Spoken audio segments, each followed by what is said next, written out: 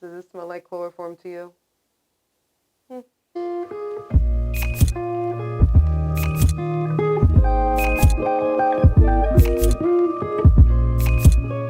Hi, I'm Holliday, and this is Looking into Evil and Building Lego Bouquets. See? So, this is what I found on the Lego website, and I've decided to switch it up a bit. I know we're almost done a diamond painting, but I really couldn't wait to do these like in a video. So, here we are. I will try, when I say try, I mean try. I will be trying to build these in this video as we talk about true crime today, or someone that I believe is evil. So this is one of the flowers. And then this one is another one. I don't know if you're going to be able to see it or not. And we'll be trying to build those today and talk about true crime. So, today, the person we will be talking about is Leatherface. The real Leatherface, or who Leatherface is based off of, who is Edgein. Just know that I'll be looking down to look at the instructions to build the flowers.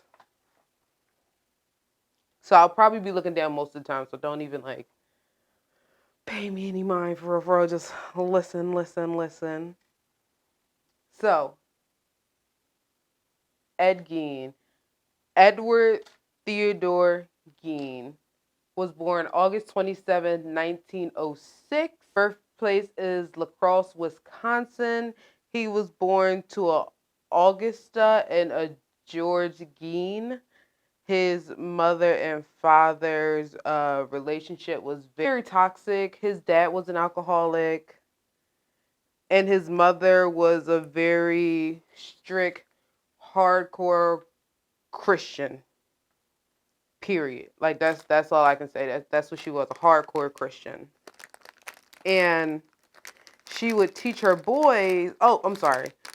I said boys. You see that? Boys. So they had two children, one Henry Gein and Edward Gein. And she would teach her boys that lust and sin were basically the only things out there. And from learning this, Ed would always stay in the house and basically be a mama's boy, but on a different level. Okay. He was on a different level of how he loved his mother. Ed hardly left the house or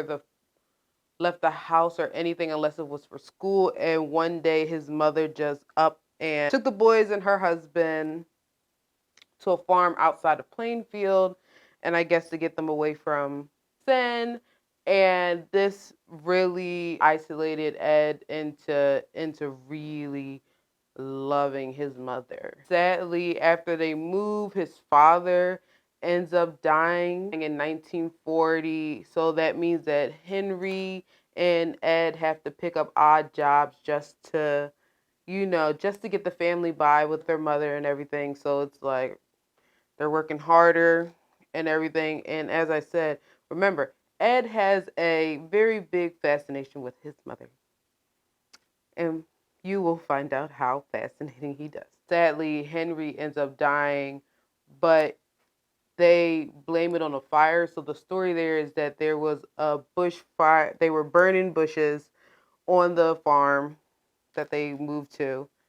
And it just got out of control. It got out of control, and it was so big that I think Ed went to go get help, but he came back and they found Henry dead. That's it. But it was a mysterious death, which people later on believe that Ed is responsible for. But we'll get into that of why later. So, Henry dies. So now Ed is definitely hardly leaving the farm because, he now has his mother all to himself. So now he's staying with her, staying by her side and everything. And sadly, Ed's mother ends up dying as well in 1945, and that made Ed snap. When I say snap, I mean snap. Because people start to come up missing. Randomly, just start to come up missing. And law enforcement just cannot find and figure out where these people are going. And also there are a bunch of grave robberies going on, and they just can't put their finger on who's doing it or what's going on. This is the beginning of him snapping, and the crazy part is, even though Ed has snapped, he is still working as a handyman in the city, and he's even still a babysitter. Like, why would you let this man watch your children? But then again, y'all don't know. But that still just sounds weird to me. After, he snaps, he honestly does become a monster. He starts to get more affiliated with anatomy books and about what they can teach him about the human body. As I said, residents start to disappear, and they just can't find out who's taking these people, who's hitting the graveyard, robbing the bodies and everything, right? So, his first kill actually happens is Mary Hogan's, and she actually the woman that runs the tavern in the city or in the town, and she goes missing.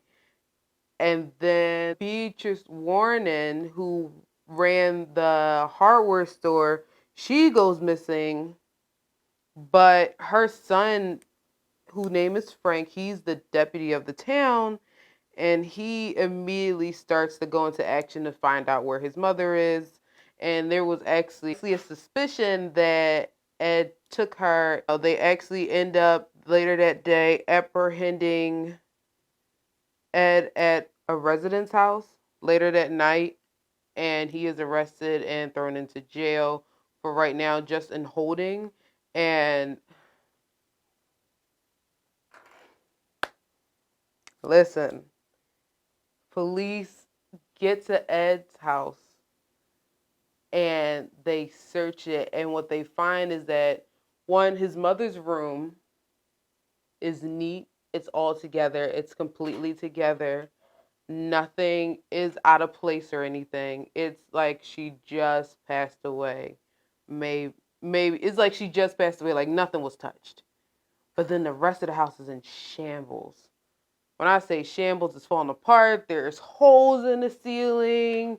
Wallpaper is coming down. It's ridiculous. But his mother's room is the only room that's still put together. And like I said, did I not say it? He has a mommy fetish. Or he's really, addicted to his mother.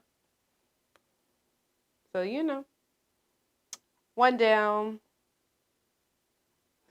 So they come in and then they go into the kitchen and they find Bernice Warren. They find her body. She's hanging from the ceiling. Her body is headless. Her stomach is gutted out, which I'm assuming that he's bleeding out the body. They also find jars, organs in jars, bowls out of skulls that he was using, I'm guessing, for silverware. And the police are going, I don't want to say they're going crazy, but they are horrified about the sight that they see. And they're just like, yo, how did we not know about this? How did we not catch this guy faster? And it's just so crazy because it's like, oh my God, this monster has been around this whole time. They end up finding Mary's body. Well, not her body, but they end up finding Mary's remains inside his house as well. And they find a lot of the graves that had been broken into were broken into basically by Ed. And they find gloves made out of human skin. They find almost a bodysuit made out of human skin. And I believe they find a mask made out of human skin. and they are assuming that he would be dressing up in this mask to be like his mother, because as I said before, his mother has passed away, and I'm assuming, misses her so much that he tried to make a recreation of his mother. And after that has been done, Ed is arrested and charged with the murder of Bernice Warden, and he is arrested and charged with her murder. But what happens is that his lawyers decide to plead insanity and say that he's not fit for trial. So he is then sent to an institution that can help him with his mental state. And during this time, he does confess to the murders of Bernice and Mary, and he also confesses to robbing graves as well. And the mental institution he is sent to is Central State Hospital. And once he's sent there, he's there for a few years, and then eventually they find out, well, they don't find out, but they say that he is now mentally prepared and he is fit to stand trial, and that now they will proceed with the trial of Bernice. But that November, he was found guilty of Bernice Warden's murder, and he was basically sentenced to life inside the institution that he was already at, which was Central State Hospital. He is sent there for the rest of his life. But then he actually does try to petition in 1974 to be released for the murders, but they kind of put it quietly and swept it under the rug and denied it immediately because they didn't feel as though he was fit to, keep going on.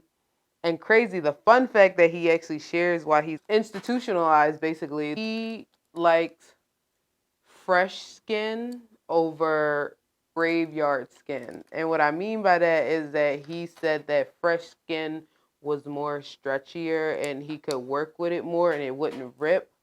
But skin from the graveyard would rip and tear, so he couldn't really work with it. So that's why he liked to use fresh victims for bodysuit and gloves and masks that he was recreating. Sick man, right? Sadly, Ed's health starts to decline and he ends up passing away July 26, 1984. And it's crazy because Ed didn't leave without making his mark, because there are actually a few movies that are based on what Ed has done, such as the Chainsaw Massacre, Leatherface, and Psycho. And if you remember Psycho, he was very obsessed with his mother the whole time.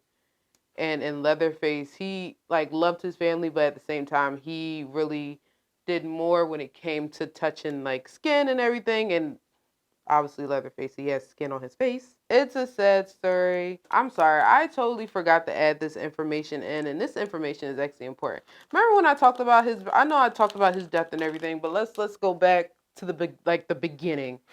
Let's talk about, remember when I said that his brother's death was an accident by the fire? No, they believe that Ed actually hit him over the head with something, causing him to have head trauma, which later on killed him.